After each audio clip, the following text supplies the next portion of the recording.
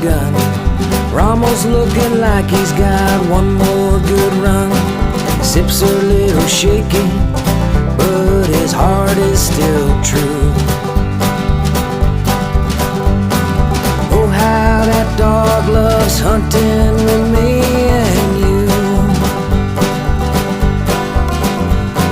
Sporting Dog Adventures, run boy run. Everything you need is here under the sun.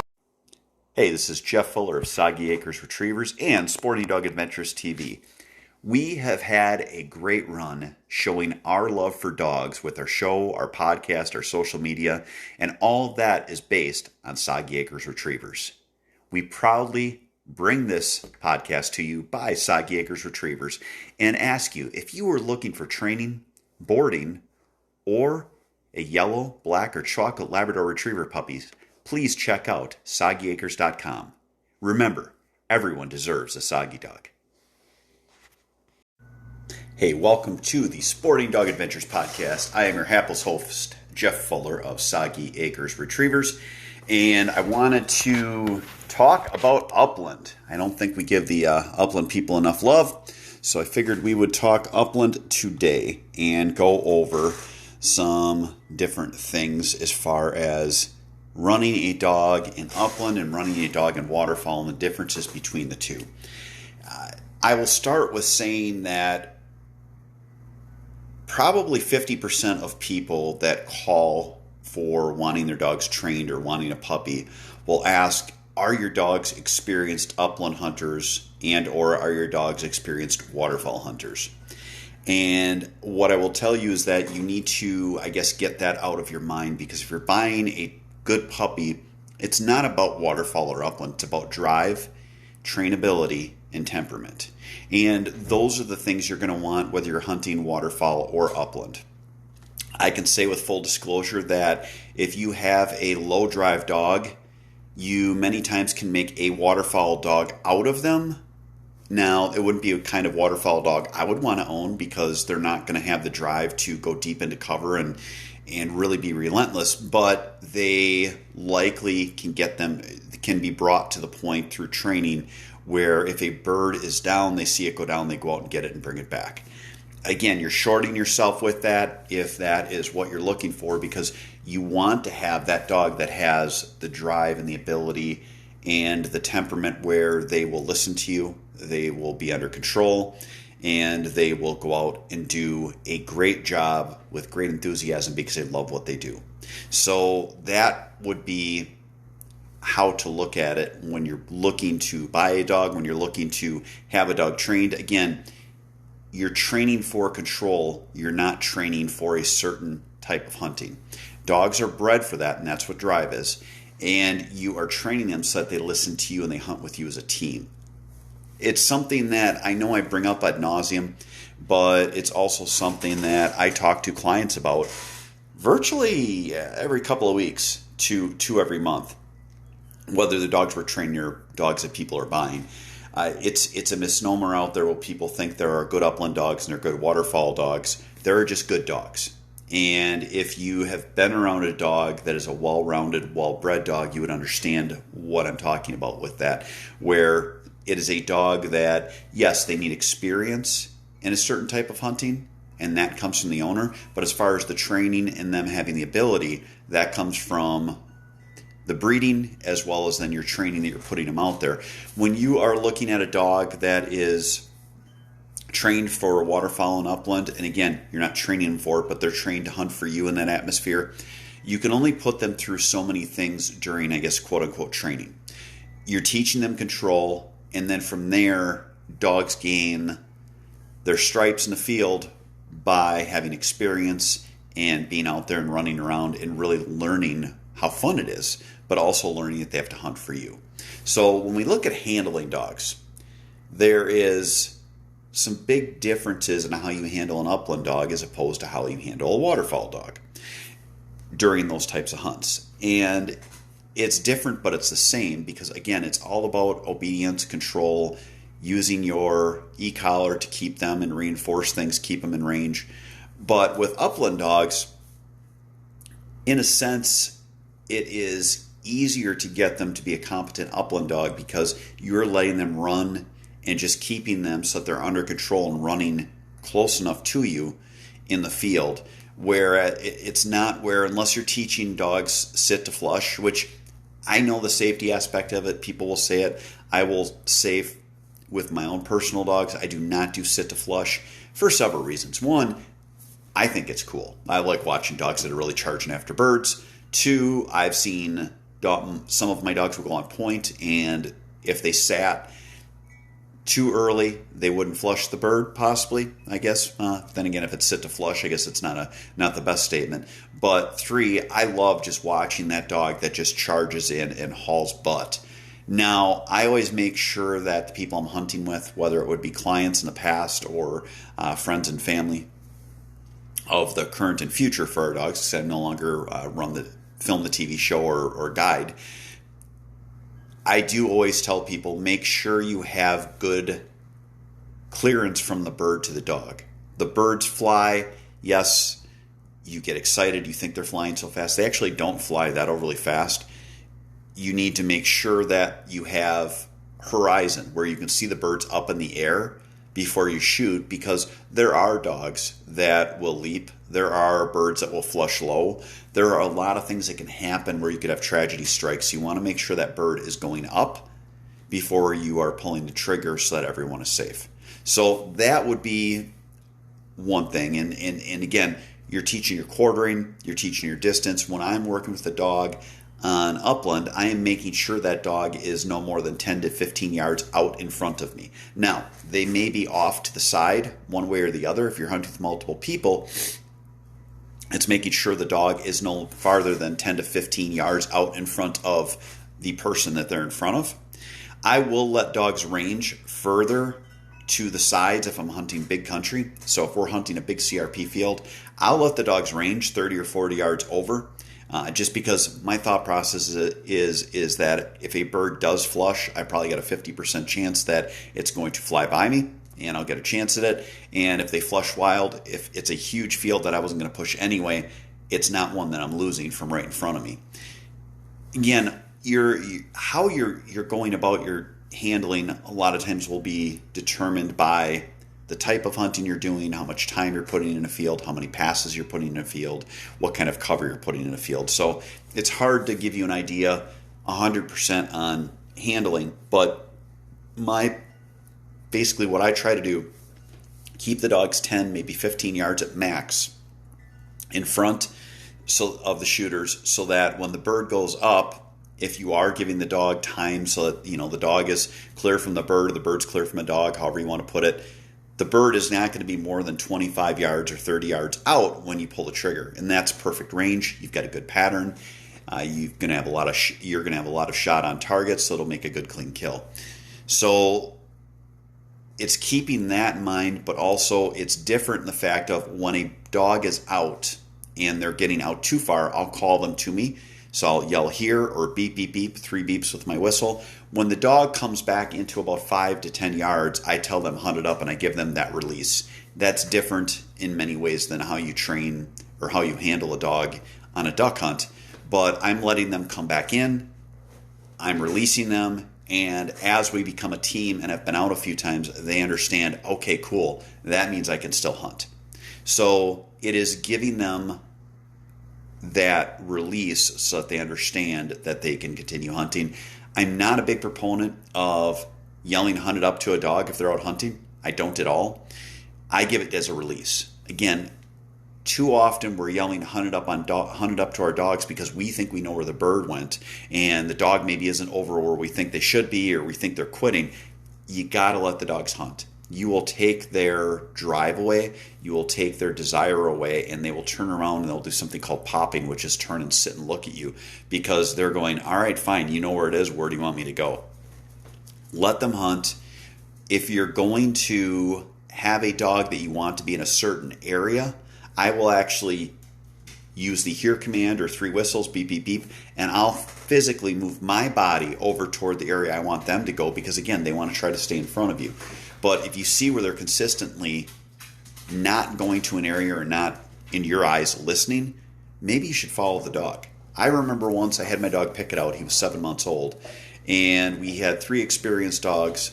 They were all out in front of us. Pickett was over to the right, and we couldn't understand what he was doing. We were wondering, like, what is this dog doing? He's over there dicking around. He's not hunting.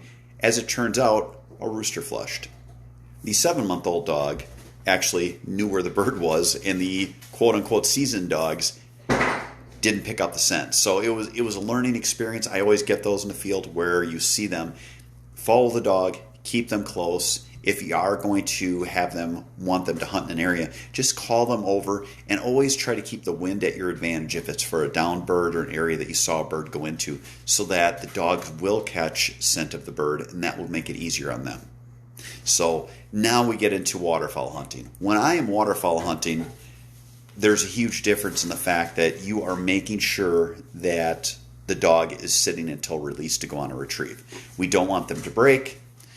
Before the shot, we don't want to have them break on the shot, which, again, breaking on the shot is not uncommon. It's something that was very much a struggle dealing with when we were filming, because you're trying to get the birds on camera. You're not in the position where you're going to halt the hunt because you got to get birds on the water before you can film. So it was something that I guess I would say I accepted a little more than I do now. And also the point or the actual reality was we're starting hunting in mid-August, and we're hunting till mid-February without any time to train in between. So it was natural the dogs would get loose, but you want to make sure that dog is sitting there until released for a lot of reasons. One, there might be more birds coming in, and you have them sit there. You can have them wait. You can shoot at more birds, knock more down. Two, you don't want them to be in an unsafe situation and breaking in front of people that are shooting.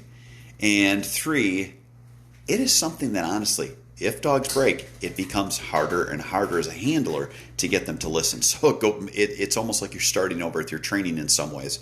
So keep them sitting at heel, use their name to release them on a retrieve. So let's say we're hunting with Ace. You're going to use Ace as a retrieve. I like, as far as waterfowl hunting, to only have one dog at a time. That's my personal preference.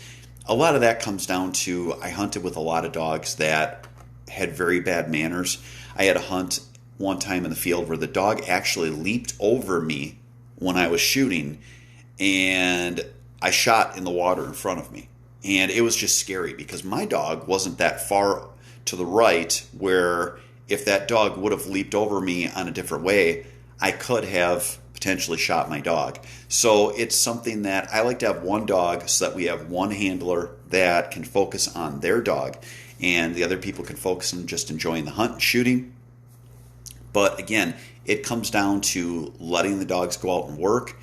And with both, it is also making sure dogs are finishing retrieves. With Upland, have your dog through its conditioned retrieves, because if a dog has a bird that was winged and the bird is still lively and he drops the bird and the bird runs into the cover, you might have had 40 birds that ran through that cover. You're not going to know which one was winged when they get to the point where the birds disperse. And with waterfowl, you want them to finish their retrieve, because if a dog comes in, it drops a bird in the water right by the boat, the blind, or in front of you, that bird may dive, and then we've all had that happen where the bird just never comes back up, and you've now, in essence, wasted that bird. And you need to count that as part of your bag limit, but you've wasted that bird where you aren't going to recover them and not going to be able to harvest the bird properly. So keep that in mind when you are looking at your waterfowl and your upland handling scenarios with your dogs. And remember to have fun. That is the one thing that I am really enjoying now, where I'm not doing the TV show, is I kind of got away from hunting being fun, because hunting was a job. Hunting was something where we had to kill birds. We had to get numbers because we have a show. And it is something now where, you know what, if we miss or we get birds, I enjoy every minute out there. I actually enjoy the misses more, especially when it's my kids, because instead of having to get after them and tell them, my gosh, guys, you can't miss those, it is very much a more cantankerous tone where I am just picking on them and having fun. So have fun with the people you're hunting with. Have fun with the dogs in the field. Keep them under control. This is a great time of year to get them more under control prior to the season. Next up, we're going to have a training segment on conditioning your dog.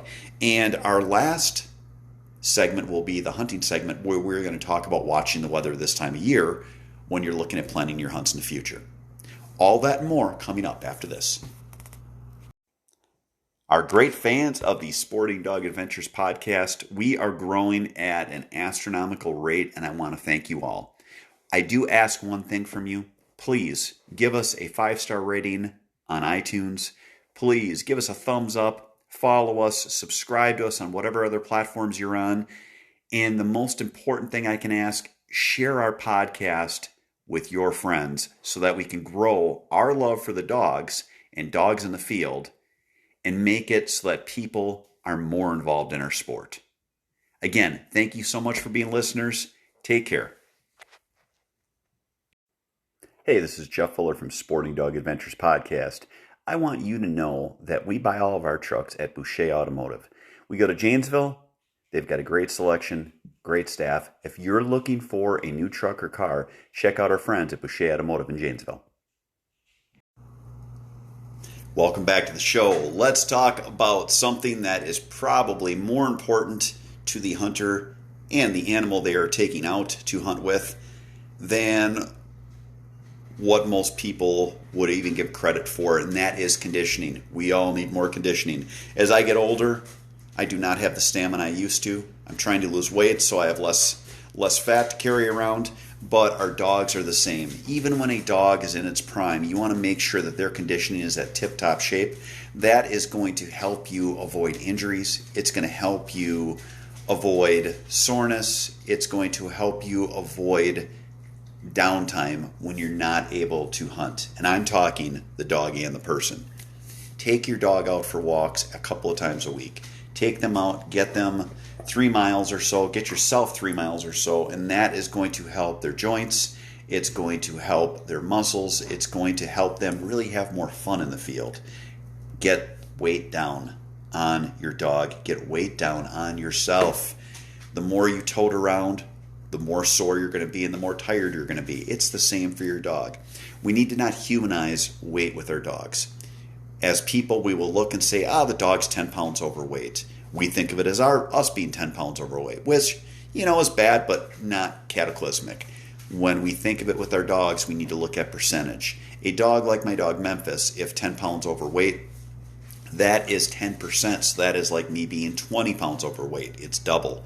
Start thinking of it that way so that when you take your dogs in the field, they're in a position so they're not going to be injured due to being out of shape and being overweight, as well as you need to not be getting injured due to being overweight and out of shape.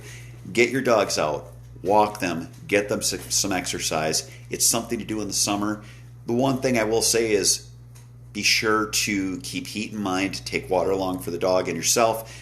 Don't overdo it, but get your dogs out, get them conditioned, and you will have a so much better hunting season this coming fall. Next, we're going to have our hunting tip coming up, and that is going to be about watching the weather during the summer as we plan out hunts for the fall. All that and more coming up after this. Jeff Fuller again from Soggy Acres Retrievers and Sporting Dog Adventures podcast. When you look at hunting, you need to have yourself prepared. Our good friends at Mac Outdoors have reloading supplies as well as great clay target machines to get you prepared so you have more success in the field. Don't get that dirty look from your dog. Check out Mac Outdoors. Jeff Fuller from Sporting Dog Adventures and Soggy Acres Retrievers. In our house, my wife hates having the plastic kennels and wire crates. We need them for the dogs because we have times when they need to be put somewhere, but she cannot stand the look. So we talked to DCT Kennels, and we now have a new partnership with them for a product that is a crate, but also a piece of furniture. If you want something that is practical as well as great looking, check out DCT Kennels. Hey, welcome back to the show. It is June. We're trying to think of what we can do for hunting. We can start getting our gear prepared and going through stuff so we have everything. I am addicted to watching weather. I guess it's because I own swamps and flooding is a big deal, but I also look at if the water is low, where am I going to hunt with the upcoming year? What blinds am I going to have to make sure are ready?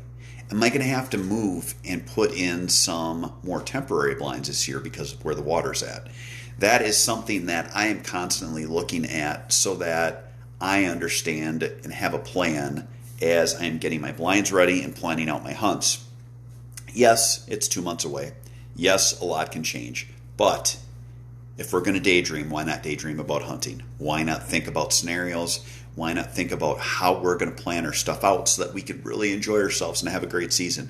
It's only a short couple of months that we get to go out and enjoy the sport that we all love. So I keep an eye on the weather. I'm actually almost pretty sad. I'm actually out scouting already, looking for where birds are, because I have 2 really great properties that I'm just learning. So for me, it's more of a, wow, with the weather this low, where are the birds now? So that when the weather's that low later, I'll hopefully know where the birds are.